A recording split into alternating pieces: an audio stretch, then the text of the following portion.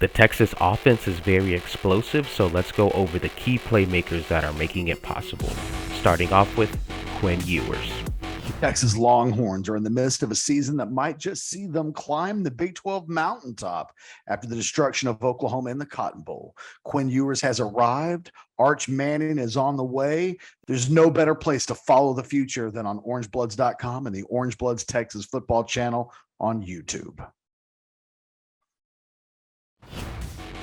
Quinn Ewers made some amazing throws last Saturday against Oklahoma. Let's go over his stats. He had 21 completions for 31 attempts, a completion percentage of 67.7%, 289 yards for the day, 4 touchdowns and 1 interception, as well as a QBR of 182.2. Quinn has looked impressive in the last 3 games he's played in, and in total he's had 46 completions out of 67 attempts, a completion percentage of 68.7%, 648 yards on the year, 6 touchdowns and 2 interceptions, with a QBR of 173.5. Now let's talk about our special back, Bijan Robinson. It seemed like Bijan had a silent day against Oklahoma last Saturday, but if you look at his stats, it says otherwise. Bijan had 22 rushing attempts for 130 yards with an average of 5.9 yards per carry and 2 rushing touchdowns. On the receiving end, he only had 2 receptions for 15 yards and a receiving average of 7.5 yards per reception with 0 receiving touchdowns. Bijan in total for the last 6 games has had 110 rushing attempts for 645 yards on the year, an average of 5.9 yards per carry, and 10 rushing touchdowns. On the receiving end, he's only had 12 receptions for 203 receiving yards, and a receiving average of 16.9 yards per catch, and 1 receiving touchdown. Now let's talk about the man that's worthy himself, Xavier. Xavier did have a silent day against Oklahoma on Saturday. However, he still made an impact with every reception that he made. Xavier only had 3 receptions for 29 yards and an average of 9.7 yards per reception and 1 receiving touchdown. Xavier's had a quiet year so far, but we all know what he's capable of. For the year, he's had 24 receptions for 360 yards with an average of 15 yards per reception and 4 receiving touchdowns. Now let's talk about the mismatch nightmare, Ja'Tavion Sanders.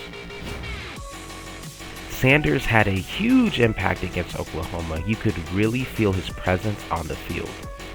Sanders had 5 receptions for 71 yards, an average of 14.2 yards per reception, and 2 receiving touchdowns.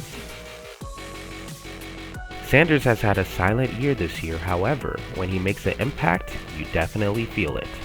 In total, Sanders has had 25 receptions, 283 yards for the year, 11.3 yards per reception, and 5 receiving touchdowns. Now let's talk about the Swiss Army knife on the field, Jordan Whittington.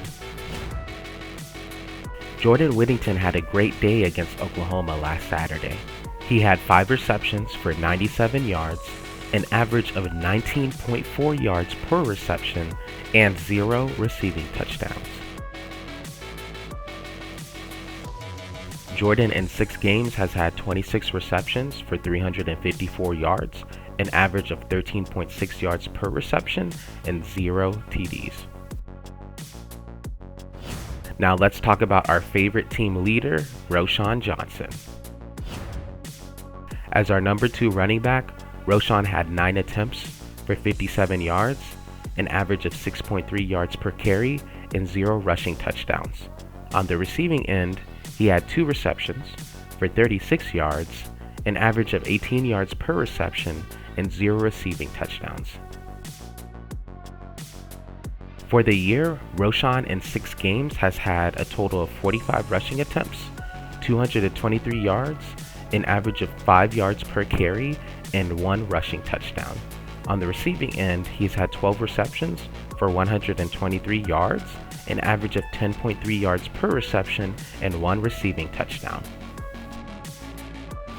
With Quinn Ewers back, Texas fans expect that this offense will explode. In total, the Texas offense in 6 games has averaged 64.2 plays per game, 445.3 yards per game, and 6.9 yards per play. Let's see how the Texas offense does against Iowa State, and stay tuned for updated stats next week.